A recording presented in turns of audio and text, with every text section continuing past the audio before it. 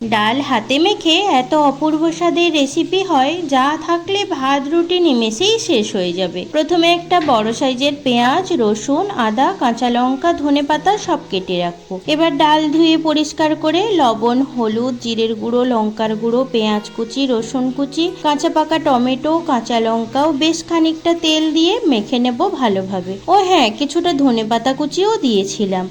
এবার ওই মেখে রাখা ডাল 30 মিনিট মতো রেস্টে রাখবো।